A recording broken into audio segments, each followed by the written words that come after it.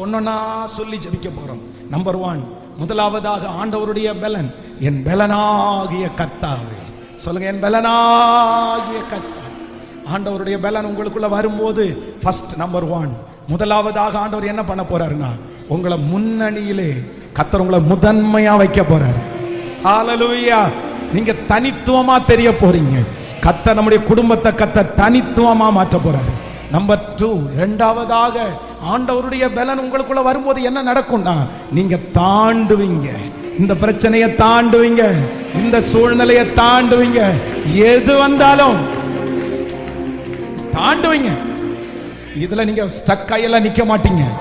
ஒருவேளை உங்க மனசு சொல்லலாம், இதுக்கு மேல உன்னால ஒரு வழி எடுத்து வைக்க முடியாது, நீ தாண்டிக்கிட மாட்ட, இந்த பிரச்சனை உன்னுடைய வாழ்க்கையில வந்து உன்னை அழிச்சிருன்னெல்லாம் சொல்லலாம். ஆனா நான் நம்புறேன், இல்லவே இல்லை, நீங்க தாண்டுவீங்க. எது வந்தாலும் தாண்டுவீங்க, எந்த மதில் வந்தாலும் தாண்டுவீங்க. நீங்க வந்து சாதாரணமான செடி இல்ல, கர்த்தரால் நடப்பட்ட செடி, கர்த்தரால் நடப்பட்ட செடி. ஆமென். இன்னைக்கு இவ்வளவுதான் வளரணும்னு யாருமே உங்களை பார்த்து சொல்ல முடியாது. ஹல்லேலூயா.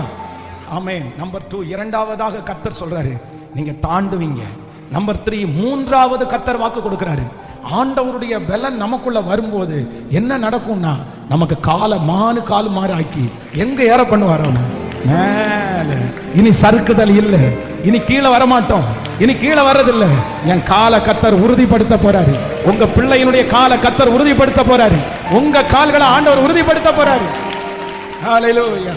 சோ நம்பர் 4, நாலாவதாக ஆண்டவருடைய பலன் உங்களுக்குள்ள வரும்போது நீங்க என்ன பண்ணப்படும், மகத்தான வெற்றி, பெரிய வெற்றி, இதுவரையிலும் பார்க்கவே கூடாத ஒரு வெற்றி. இது நடக்கும்னு நம்புறவங்க கைகளை தட்டி ஆமென் அந்த வரிகளை சொல்லி, நான் நம்புறேன் ஆண்டவரே.